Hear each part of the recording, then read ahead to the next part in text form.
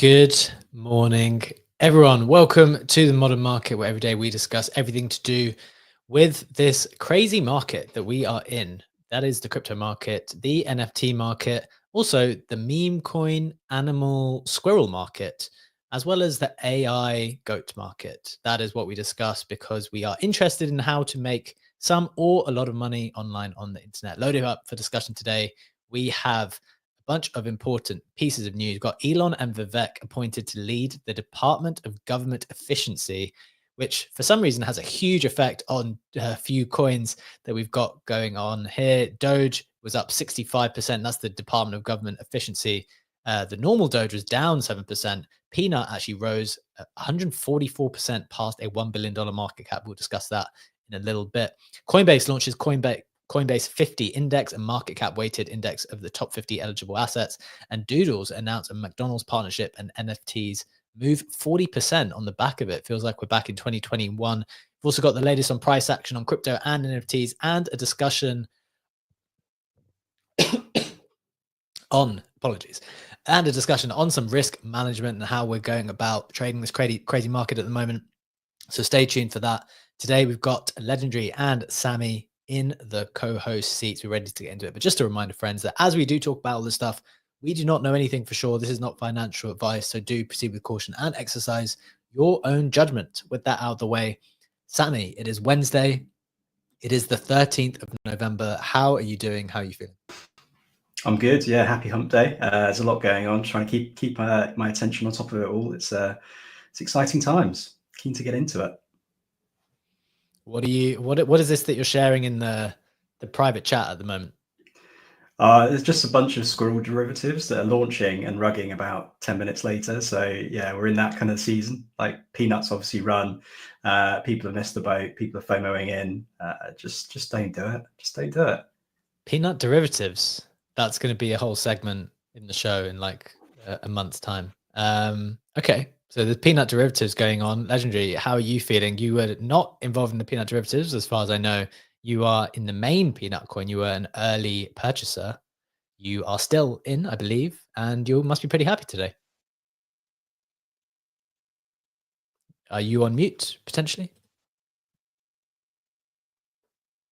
You're not on mute, but I can't hear you. Has your headphones, have they disconnected? Maybe. That is strange. We cannot hear you at the moment. Maybe you need to go off and get back in. Maybe that will work better. So I'll just go to Sammy for a second. Peanut running to more than $1 billion. What do you make of that? Well, I think the Doge stuff recently made me realize, okay, well, what's the ceiling? Like we have these reference points from previous cycles, so 2021. Like we have those as potential tops, but I just think things go a lot higher, and I just don't know where that top is going to be this cycle. Which is why I think some of these smaller, more recent coins are going to these crazy market caps a lot quicker. I mean, Bone was 48 hours to $1 billion. Peanut took a little bit longer, but it's still pretty rapid. And I think even Goat hit $1 billion yesterday, and that was the first pump token to hit $1 billion. So I think we're just going to see a lot more of that. I just don't know where the top is, and that's what I'm trying to figure out, because it feels weird buying it now. But if Peanut becomes like the Doge of this cycle, like where's the ceiling? It's a good question. It reminds me of we need a kind of chart or list made on this specifically. It reminds me of, you know, how when a football player, this is British football for a second, although I'm sure there's an American equivalent, how it'll be like the first to 100 goals, and then you kind of list all the players from history, and it's like a really cool list because you get to see like how fast they managed to get to 100 goals. First to $1 billion, or the number of days it takes you to get to $1 billion, that will like go down in crypto history as like a really interesting crypto historical like story that will be told. For like each one, there'll be like a really unique story. People will go back and analyze like, right, so what is it that made Bohm go in 3 days? What was it about GOAT? And there'll be like whole arguments written in financial textbooks about 100%. Like you look at even the tech apps like Facebook, Instagram, like all these user adoption to 100 million. ChatGPT was like record user base to that kind of levels. And I think even Pump Fun, I don't know what the numbers were on that, but yeah, it's just interesting to see those metrics. And I completely agree with you. Like in a couple of years' times, if this becomes a proper asset class, yeah, it's going to be interesting to see the retrospective analysis. Yeah, I love it. Let's check in with Legendary. Are you here? Is your audio fine? Is it working now? It is indeed. Wonderful. Let's hear from you. Yeah, absolutely. I'm very happy about my peanut bag. I'm also happy to be in Japan. It is a bit weird to host the show at my 9 p.m., but I figured the positive side of that is that my morning time is East Coast prime time, aka nighttime, to trade memes, because I think we are 14 hours apart. So basically, I get to have breakfast and get to trade throughout the meme prime time of America, of both East Coast and West Coast. So that is something that I find pretty exciting. But I'm also excited to obviously see both Kyoto and Tokyo. But it's interesting to have that completely different exposure to a time zone. And I remember when we spoke when you were in Singapore that you don't like hosting basically as the last thing to do. And you kind of like the feeling of having the show splitting your day right in the middle. I'm very much the same. It's weird to have this as the like last point of agenda on my day. Yeah, I was going to say you are like it's planning out your day here. It doesn't sound like you're doing much sightseeing necessarily.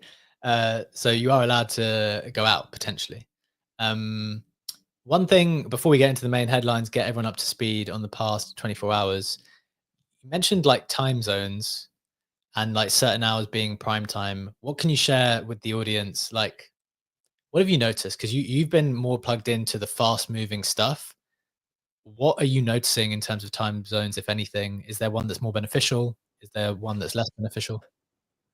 I think Europe is a horrible time zone because you have plays that will happen at your 2 or 3 a.m.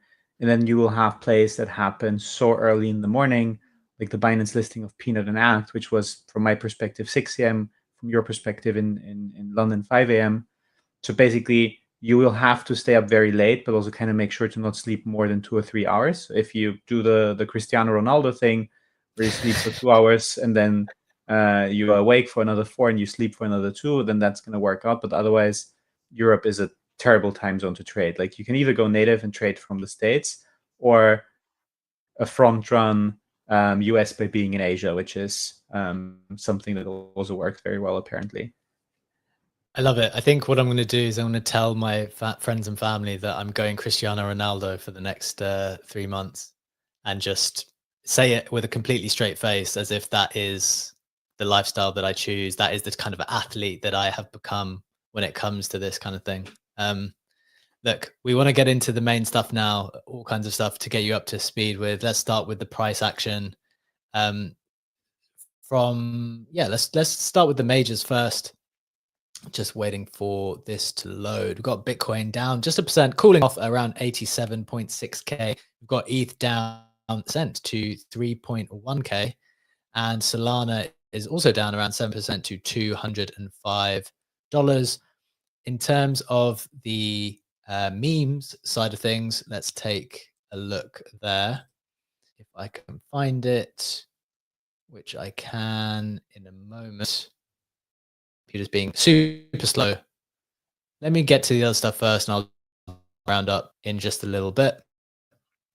The headlines themselves: Elon and Vivek were appointed to lead the Department of Government Efficiency. That specific coin is up more than 65. What it says on thing now, it's around 100% now to a $400 million market cap. Doge, interestingly, was down 7% to just over 30 cents, I think. Peanut rose 144% past 1 billion after another Elon mention. He said America was saved by a squirrel and a meme coin.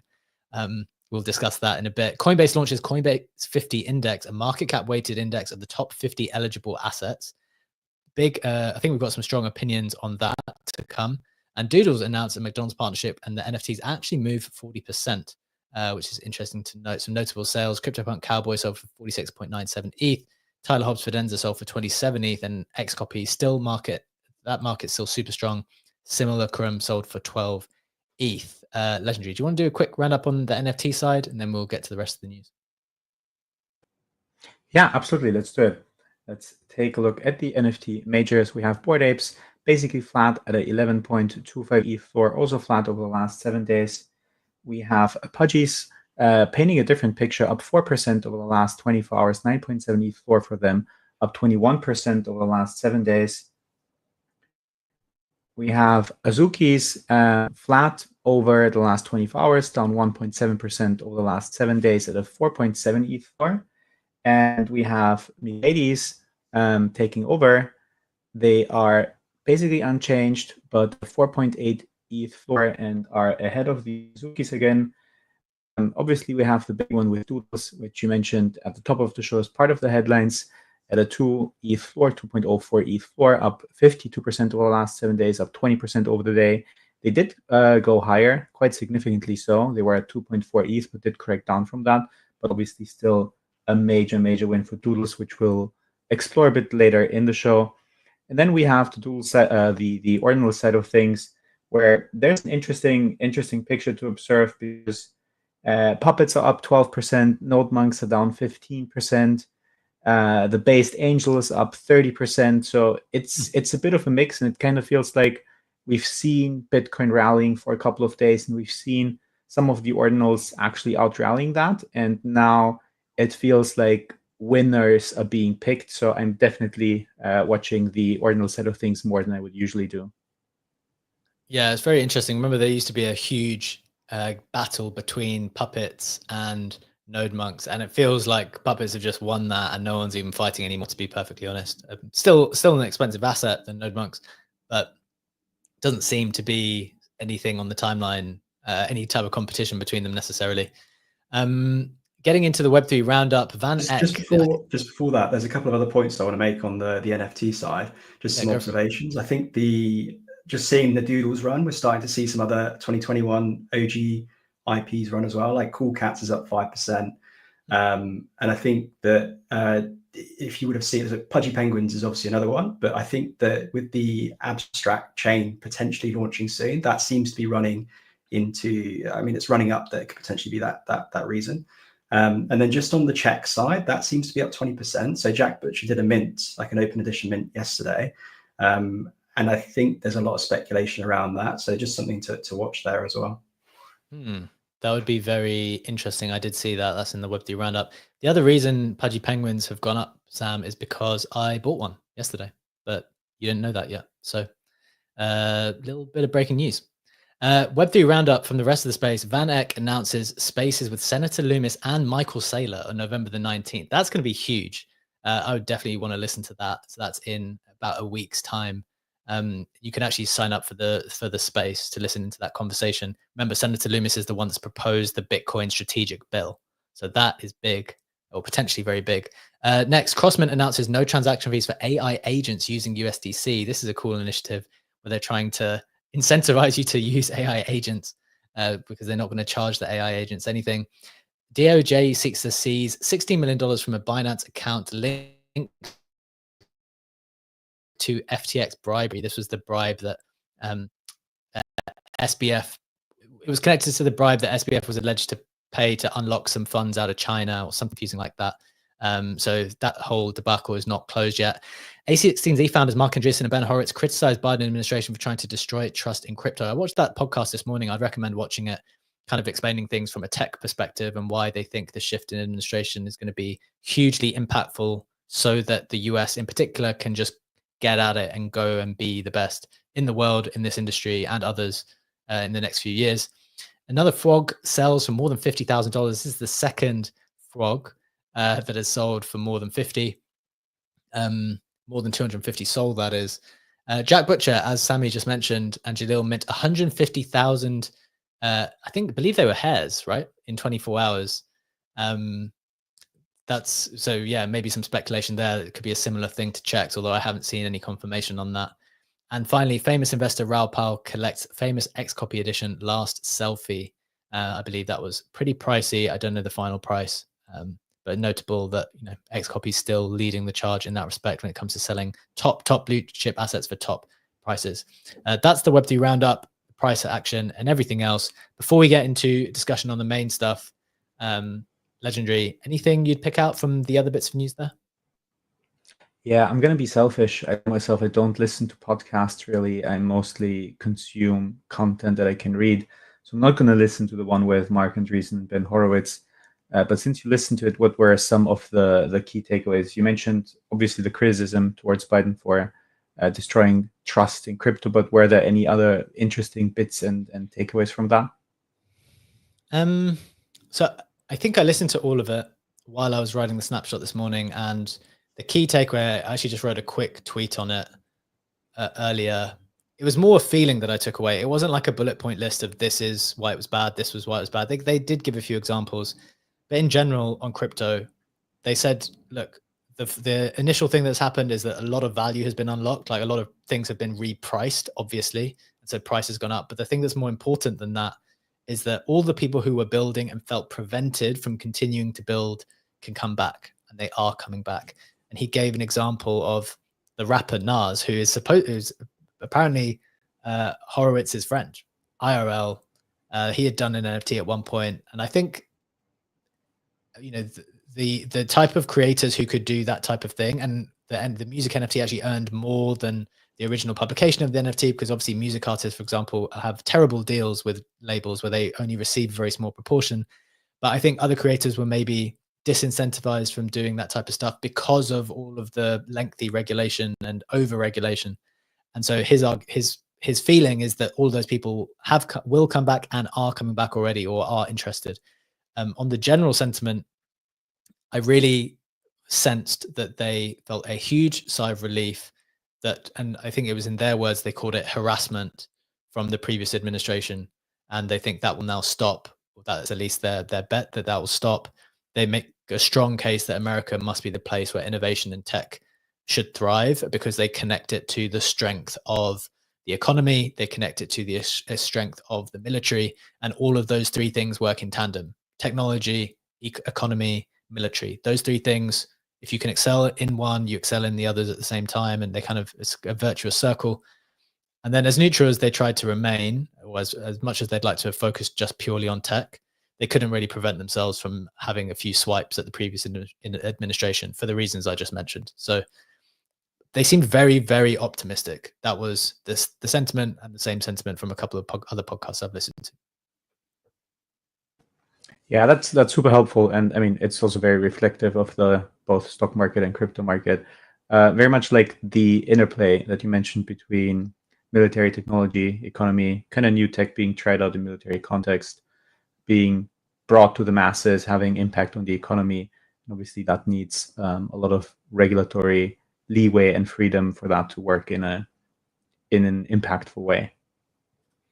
Indeed. Look, we want to get into all the main headlines as well, but before we do that, we were talking off show. We thought this would be an interesting conversation to have out loud in front of people, because I think obviously we're into a phase now where the market is getting a bit crazy. It's been crazy for a while, to be perfectly honest, but it's accelerating. Things are going higher and higher. Bitcoin is touching, knocking down the door of 90K, which is obviously helping everything else. And the conversation we were having is like, how do we manage the portfolio? How do we discuss, how do we consider sizing, for example? Legendary, that was a question you asked me earlier.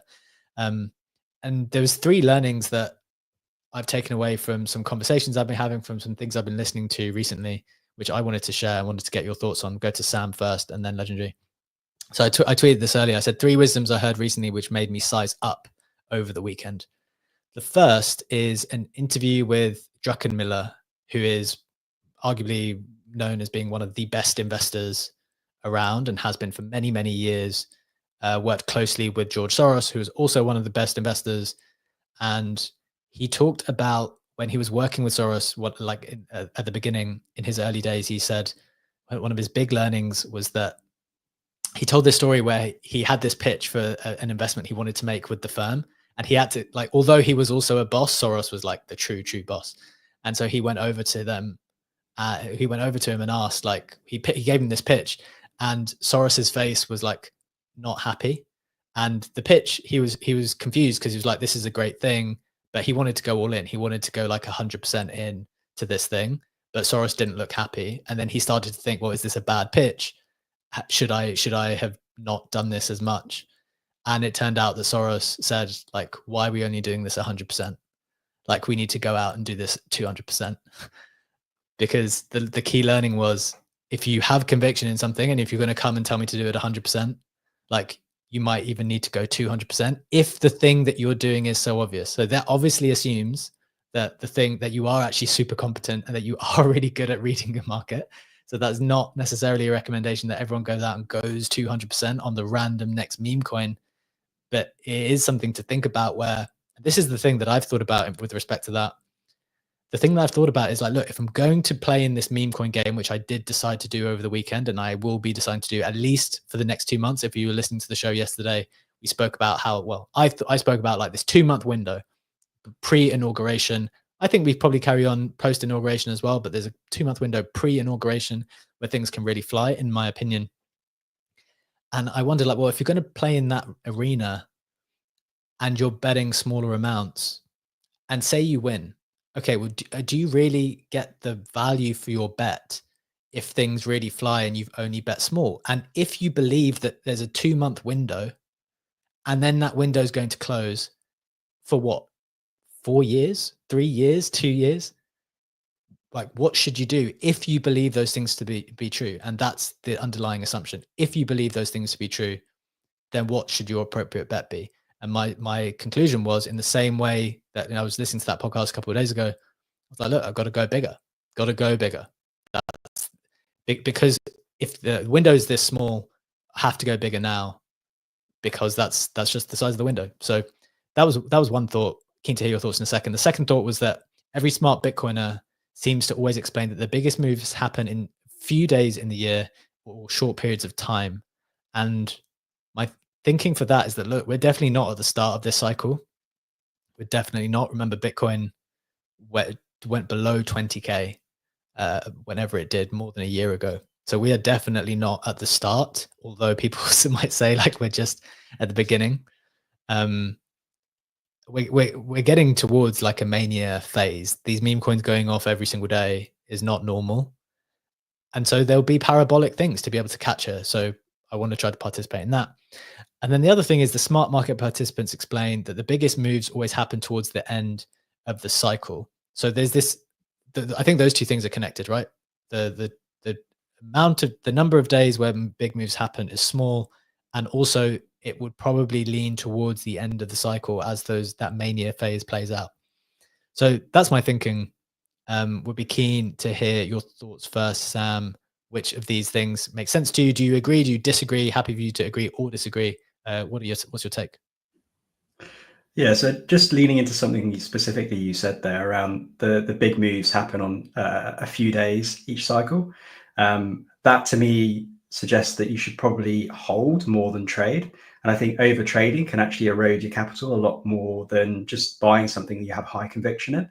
And I think that, like, I watched the Raoul Pal, Stephen Bartlett a podcast. I think Funky recommended it to watch. So I watched that. Something that Raoul said, I mean, he was into Bitcoin, I think 2012, 2013, rode it up 6x to about 1.2K, sold it, and then bought it back in 2020.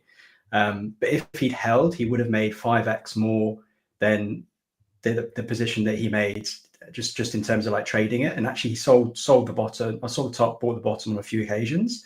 I do think that holding something you have high conviction in, and also I guess leading into your timeframes as well. If you're trying to make it this cycle, you will have to take more risk. More risk comes more volatility. You could end up losing out. There's a higher chance that you could end up losing out. So I think, like, for me personally, I'll hold the majors. I'll then look for do my own independent research. So there's no point just scrolling the timeline and saying that's research. I think you need to go and look yourself and find some high conviction plays that you believe in. And actually that learning process, that will build your own skill set to then identify opportunities in the future. If you do that independent research, then you feel like you're actually learning, you're getting something else out rather than just price action. And I think you can then use that methodology to apply to other scenarios and identify opportunities a lot more effectively. But yeah, I think ultimately it comes down to time horizons. Like if you're young, you can take risks. because you can effectively make it back if you need to. But if you're slightly older and you're looking closer to retirement and you've got a shorter time frame, then taking those big risks now might not be the play. So I think it depends on your own personal circumstances, allocate accordingly, but doing your own independent research. And to be honest, like there's evidence to suggest that holding something for the medium to long term and then taking profits when there is big pumps and adding to your position when there is those dips is better than just trying to overtrade. Yeah, I'm not a fan of overtrading, to be honest. Definitely agree with that. Legendary, what's your take here? We were talking about this off air. What do you think? Yeah, absolutely. I agree with Sammy. Overtrading is a very, very serious risk.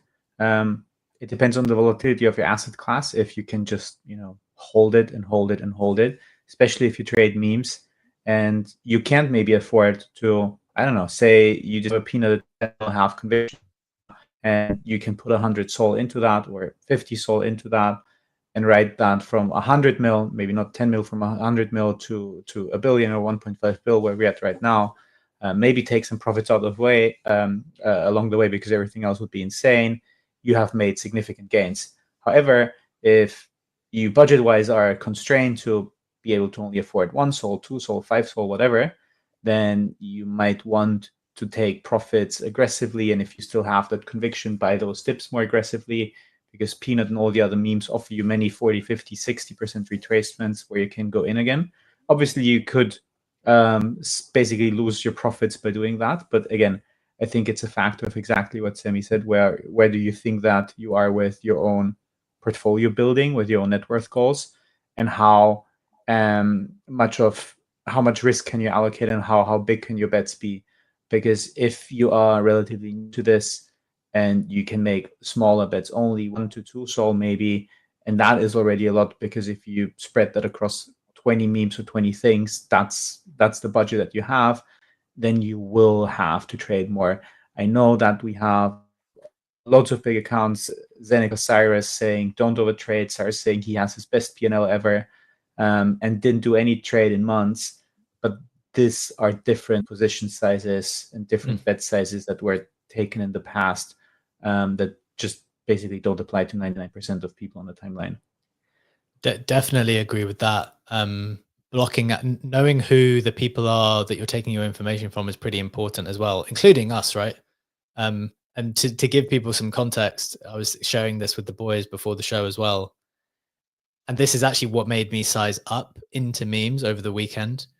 There was a time in 2021 during the NFT bull run where I would need to wait to get my ETH back because all of the ETH would be in NFTs. Like that was just the stage that I was at where ETH, if I had it, it would be used to buy NFTs so that I could get NFTs back. There was no like staking ETH, there was no restaking, there was no like big ETH reserve where I was like farming protocols. Yeah, I think I was only learning that at the time. I didn't even know that back at the beginning.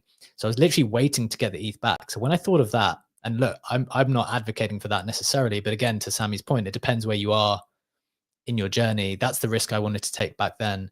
I'm not advocating for that for myself now. But the thing that I would be advocating for myself is, look, if you were that risk on back then, and now you're so risk off now, there's got to be some middle ground for me as a participant. And I think that's all that's happened. It's just like, I remembered what it was like in 2021 to allocate more down the risk curve. I was way too far off at the moment. So it's just meeting myself in the middle, I think, and doing something appropriate. To that point, just staying liquid. The biggest thing, or two of the biggest things that I learned last cycle was probably patience. There'll be so many opportunities, and if you FOMO into these opportunities and become illiquid, then you'll miss out on the next one. And I think just like if you feel like you've seen a huge pump, there's a phrase like respect the pump. Just let it go. Take a step back. Have a look to see if there's another opportunity down the line. But just remaining liquid gives you that opportunity. I can't remember the second point. That is the overtrading risk that I really see with myself as well. Exactly this point. I am in a position, I am up nicely, then I see something else. I don't want to allocate more liquidity, so I take liquidity away from winners, put it into new plays. Those plays don't run. The runner still keeps running. I cut the losses, buy into the pump.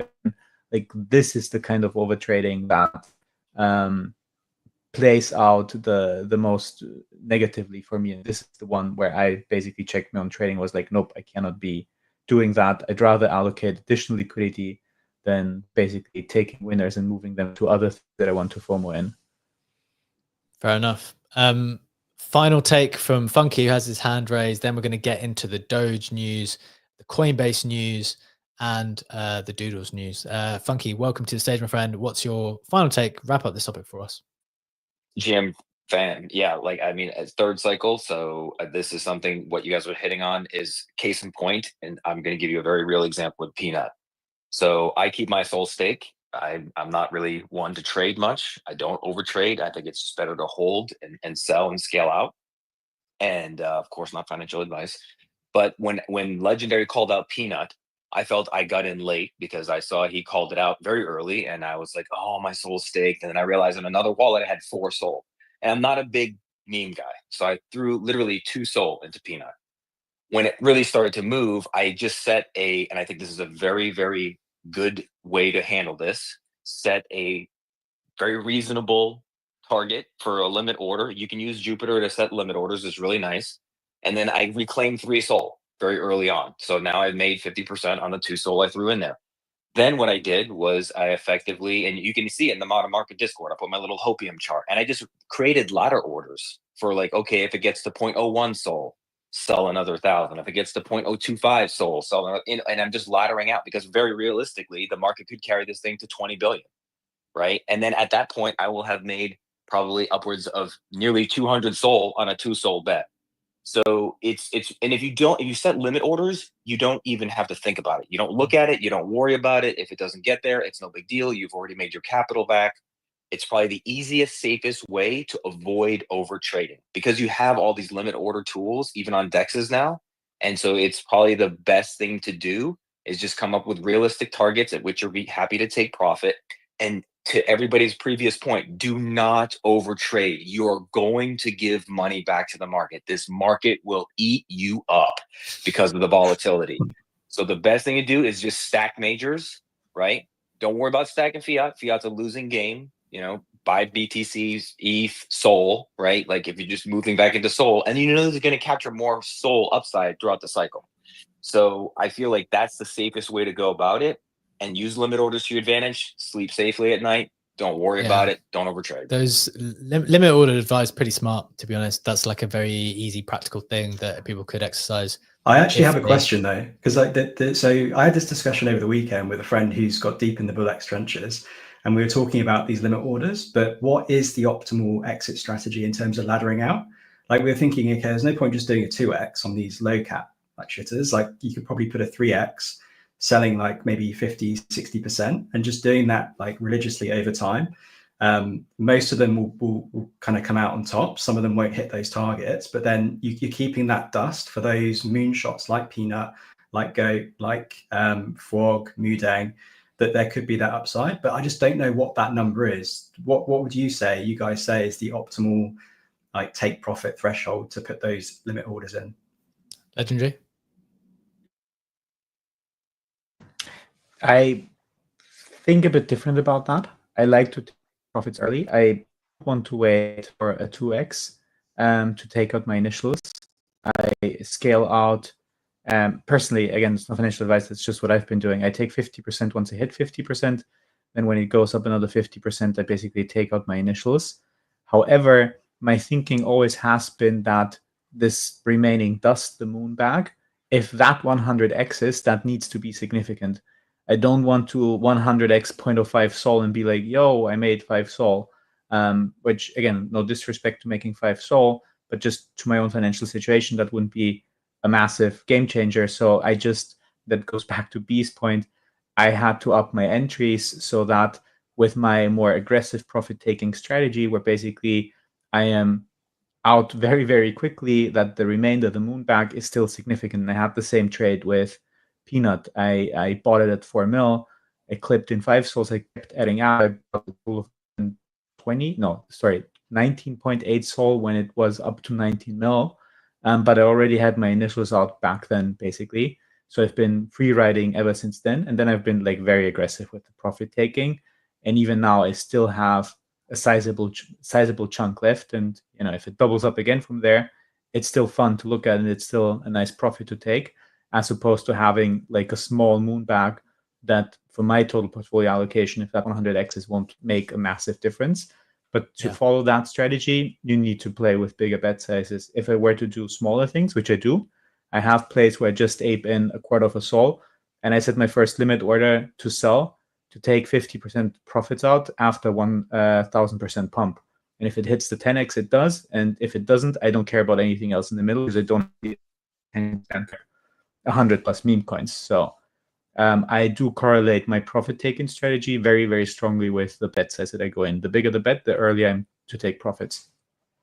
Like a helpful conversation. Definitely wanted to have that in front of everyone, because we were kind of talking about it before the show. I'm sure it's on people's minds as we go through this, navigate this market. Look, let's get into the main headlines. We've only got 20 minutes of the show left. Important one. Let me just set up this Doge stuff that's going on then, because that's probably one of the bigger pieces of news from the past 24 hours. Going to share. Oh, actually, Legendary, you've got the screen there, so you can share it. So this is the news that President Trump, in an official presidential elect statement, said that he was pleased to announce that the great Elon Musk would be working in conjunction with Vivek to lead the Department of Government Efficiency, Doge. And they literally put Doge in inverted commas, showing it on the screen if you're watching in. We're live on YouTube video as well. They say, today, these two wonderful Americans will pave the way for my administration to dismantle government bureaucracy, slash excess regulations, cut wasteful expenditures, and restructure federal agencies essential to the Save America movement.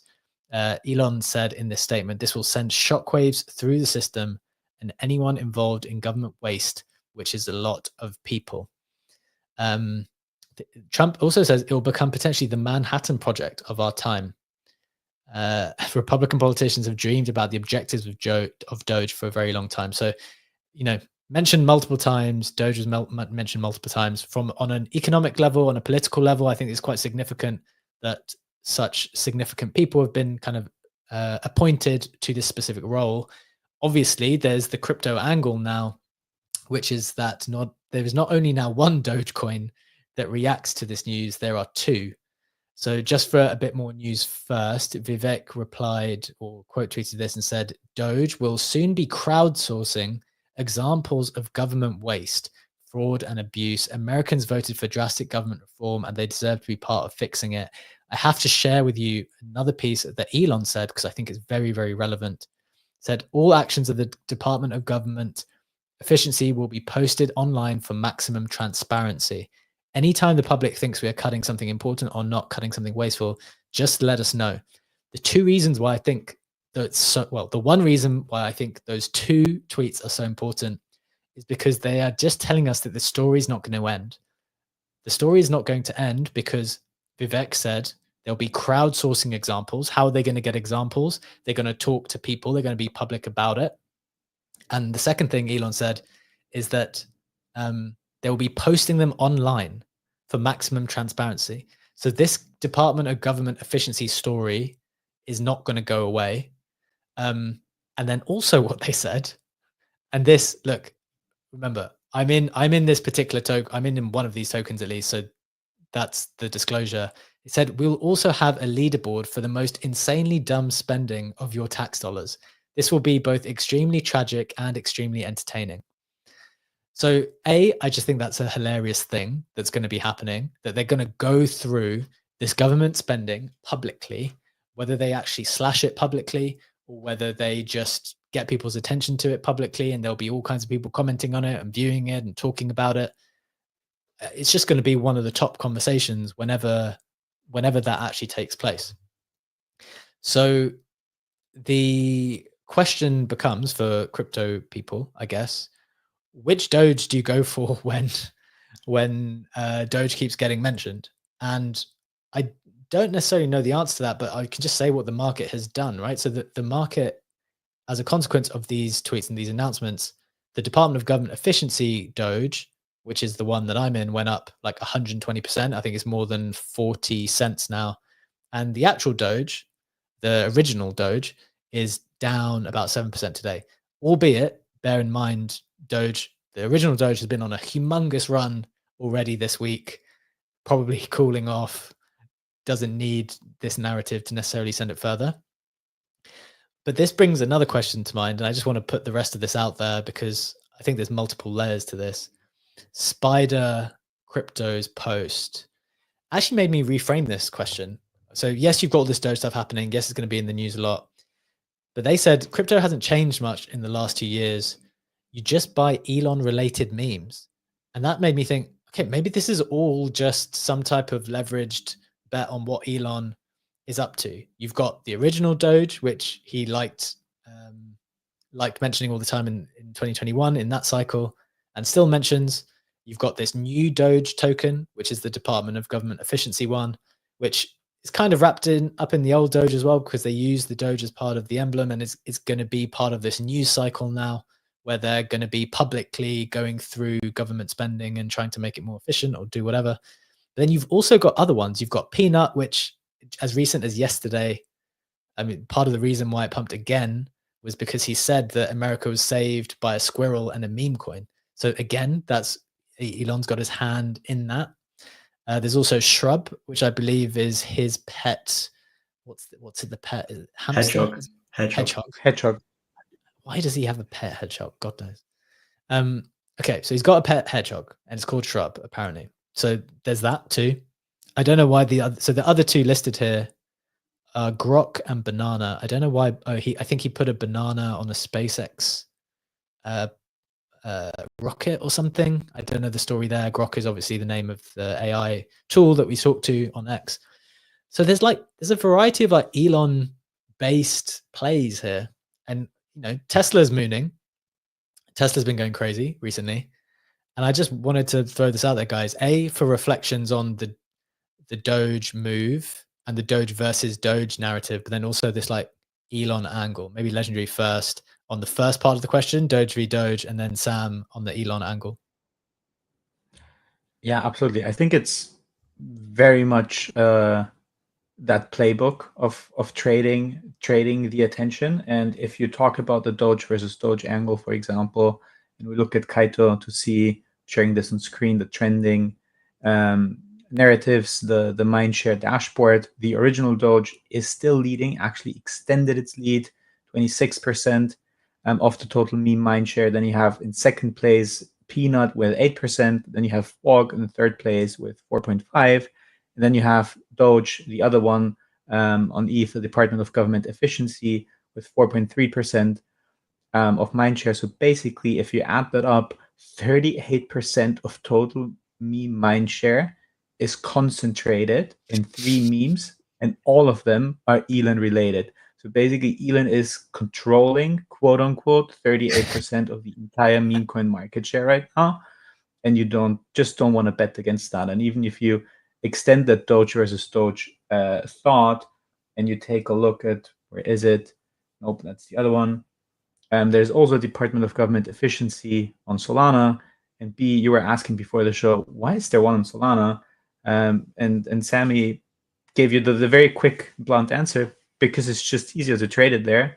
And some people just don't want to trade on ETH. So they trade their own version of that on Solana, which also trades at $36 million, and which is actually up 1,500% over the last 24 hours, because it kind of is the derivative of, it's not even a derivative, it's just basically the same thing that's successful on another chain as well. And because it's more recent, it profited more from the momentum, because you just have people who won't for their life bridge to ETH and rather find the same play on Solana. And if there isn't, someone's going to create that. And because it is so dominating, because it is relevant, it also works now. Typically, that cross-chain PvP ends with one loser and one winner. But again, because we have 38% of the total meme mindshare concentrating around those 3 Elon-related memes and narratives, it even works out with the cross-chain plays for the time being. Very, very interesting. Sam, what do you think about the Elon angle?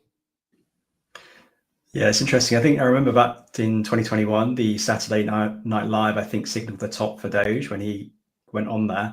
But he was used to actually moving the market with that. And I think that Doge has got to such a big level. I know there was a significant market cap back then, but I do think that people just want that ROI, and there are all these other tokens that could potentially run. So I get the whole market moving element, and he does it in quite a shrewd way, and he enjoys doing it, and I think he'll continue to do it. I do wonder whether there'll be like an Elon index that's launched, and we'll get into the Coin 50 index soon, but you could imagine like a basket of Elon memes that are put together on various weightings that people can then just buy into. And then whenever he speaks about something, it pumps and the whole index moves. I think that could be something we see over the short-term future. I like it. I like that thinking, because it was me who said yesterday that the bonk guy definitely has a list. Like, everyone talks about Murad's list. Not enough people, I mean, maybe they are 2 days later from whenever I said it, or yesterday or the day before. Everyone knows about Murad's list because he literally put it in a sheet and posted it on Twitter.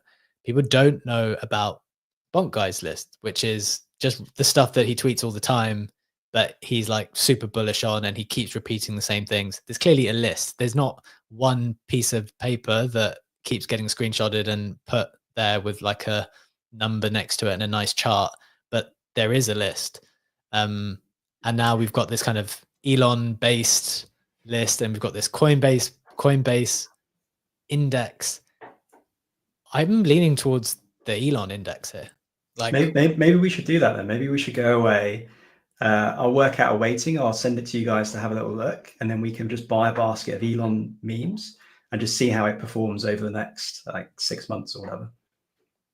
Yeah, like I just can't think of a better basket. Like, Murad stuff's actually been underperforming recently, right? That's a bit. He obviously came into the news and was like completely took over mindshare. I think recently he's kind of drifted away, right? And now Bonk Guy is becoming the main character. So if you're not following Bonk Guy yet, like, you need to pay attention to what he's tweeting about and his plays. Again, not necessarily to take a position in all of them, but that shift has definitely happened that I've noticed. And to be fair to him, some of his calls are working out very, very nicely. So look, we talked about some other lists. We've got 7 minutes left for today's show. I don't think we're going to get to the doodle stuff, to be honest. But because we're talking about these lists, Sam, I think it'd be interesting to hear about this Coinbase list. People are touting it as very big news. I've got a strong opinion on it, but why don't you break it down for us and just let us know what's going on? Yeah, so the Coin 50 index is effectively it's eligible assets, the top 50 assets on Coinbase, or top 50 eligible assets. Now, that I don't know specifically how they've come to that criteria, and I think that's where the controversy is, I'll get into shortly. But it's essentially a weighting of 50 assets that are on Coinbase. 84% of that is in Bitcoin, Sol, and ETH. So I think, like, why is it significant? Well, a lot of new people coming into the space, when they download that Coinbase wallet, they don't really know what to buy. This gives them exposure to a wide range of assets that's relatively retail friendly. If you've got 84% in the top 3 tokens, like, that's going to be an index on that, and it would have to move significant amounts for the long tail end of those assets to actually move the entire index as a whole. So I think it's kind of like, it's giving new people exposure to an asset class that's not just buying Bitcoin or buying ETH. It's got reduced volatility because there is that weighting in those bigger assets, but it has that upside that there are smaller assets that could do those multiples that could effectively move the market. And as an example, like the assets from 20 to 50, I think the weighting of the entire amount is about 2.5%. And no individual asset there has any more than 0.2% of the index. So it's a relatively low volatile asset class or asset index that we are used to, but for them it might still be pretty volatile. So they might get some exposure and get that feel, and kind of then eventually go down to the risk curve if they want to buy some more risky assets that potentially aren't listed on Coinbase. So I think it's a good retail friendly alternative that they'll probably end up stepping into, and I think it'll probably be a relatively successful product. There is a bit of controversy around the eligibility of these assets. So what methodology have they used to get that basket of 50? And I think so DeFi Ignis wrote a list of maybe 5 or 6 assets that are on Coinbase that could potentially have been or should have potentially been included.